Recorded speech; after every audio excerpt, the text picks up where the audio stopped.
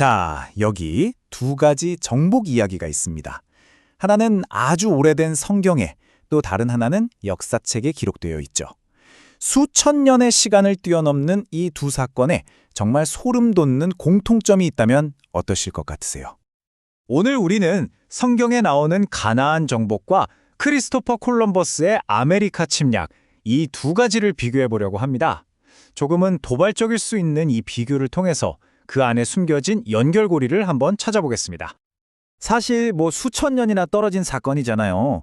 그런데 이 두 사건의 기록을 깊이 파고들면 침략을 정당화하는 방식이 놀라울 정도로 닮아 있다는 걸 발견하게 됩니다. 정말이지 마치 똑같은 각본을 보고 따라한 것처럼 말이죠.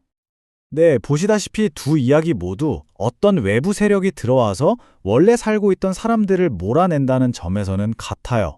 하지만 진짜 중요한 건 그게 아닙니다.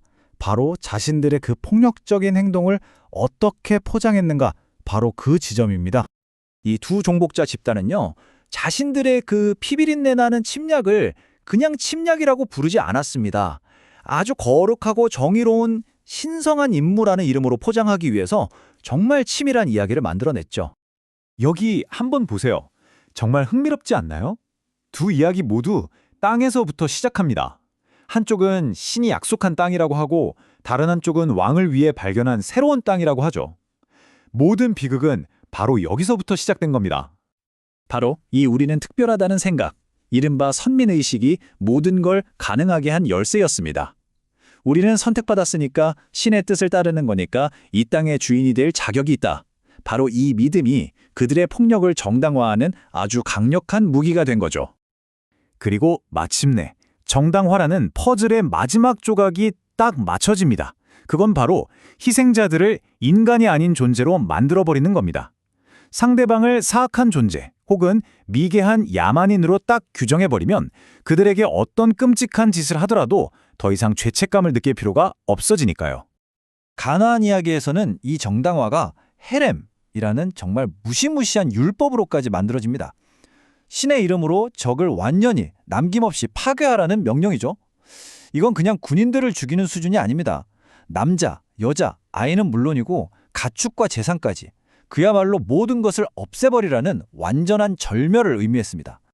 하지만 이렇게 놀랍도록 닮아있던 두 이야기는 어느 한 지점에서 완전히 다른 길로 갈라섭니다. 그리고 바로 그 지점이 이 두 이야기의 본질을 가르는 아주 결정적인 차이를 만들어내죠. 다음 슬라이드에서 바로 확인해 보시죠. 지금까지 이 두 이야기의 소름 돋는 이데올로기적 공통점을 살펴봤는데요. 자, 이제 우리는 가장 중요하고 근본적인 지점에 도달했습니다. 바로 하나는 신화에 가깝고 다른 하나는 명백한 역사적 사실이라는 엄청난 차이점입니다. 이게 바로 핵심입니다. 한쪽은 한 민족의 정체성을 세우기 위해 만들어진 상징적인 이야기인 반면에 다른 한쪽은 수많은 기록과 증거로 입증된 끔찍한 역사적 재앙이라는 거죠. 기록으로 남은 이 재앙의 규모는요, 정말 상상을 초월합니다.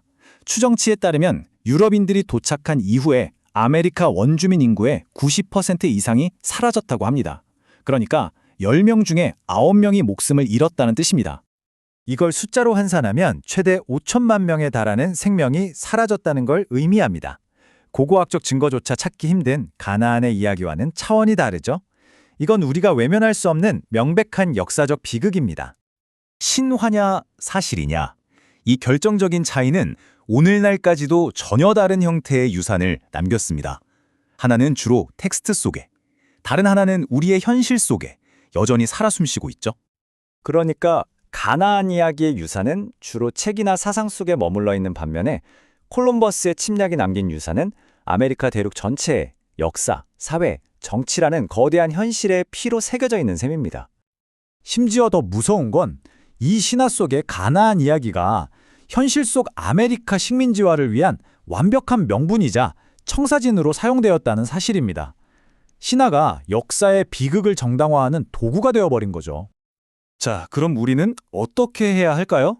그게 신화든 역사든 우리 자신을 만든 이야기 속에 담겨있는 이런 어두운 폭력의 기록들을 어떻게 마주해야 하는 걸까요? 이 두 이야기에 대한 현대사회의 대응을 보면 아주 흥미로운 차이가 보입니다.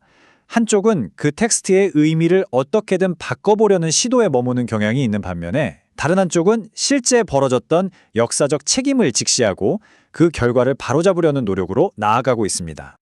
결국 이 비교는 우리에게 아주 근본적인 질문 하나를 던집니다. 우리는 과거의 어두운 유산을 어떻게 기억하고 또 어떻게 책임져야 할까요? 그 답은 어쩌면 우리 각자의 손에 달려 있는지도 모르겠습니다.